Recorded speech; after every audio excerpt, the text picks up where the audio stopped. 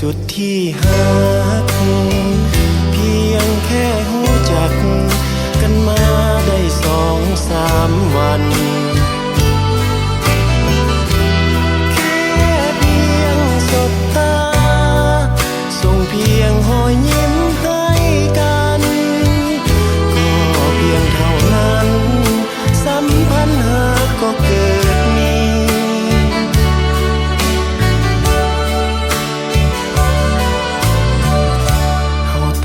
สัญญาว่าจะจริง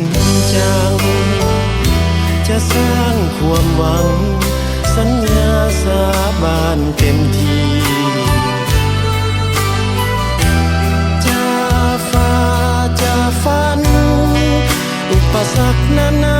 ที่มีขอเอาชีวิตดวงนี้ไว้เป็นประกัน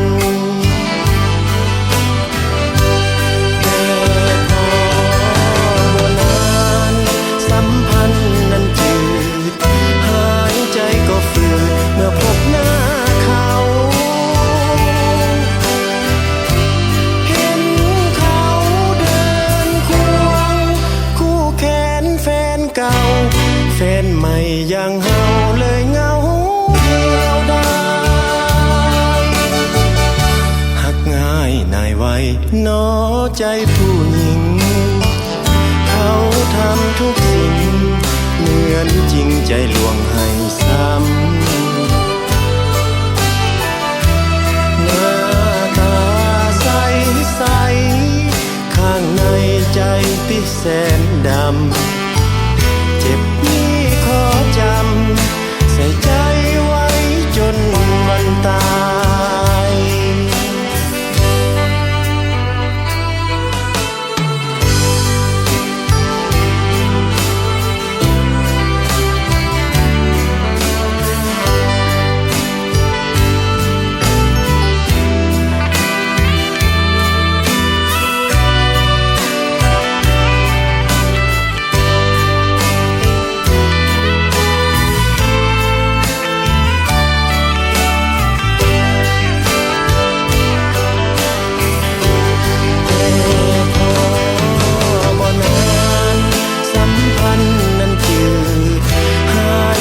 ก็ฝืดเมื่อพบหน้าเขาเห็นเขาเดินควงคู่แขนแฟนเก่าแฟนใหม่ยังเฮาเลยเงาเดียวดายหักง่ายนายไว้นอใจผู้หญิงเขาทำทุกสิ่งเหมือนจริงใจลวงให้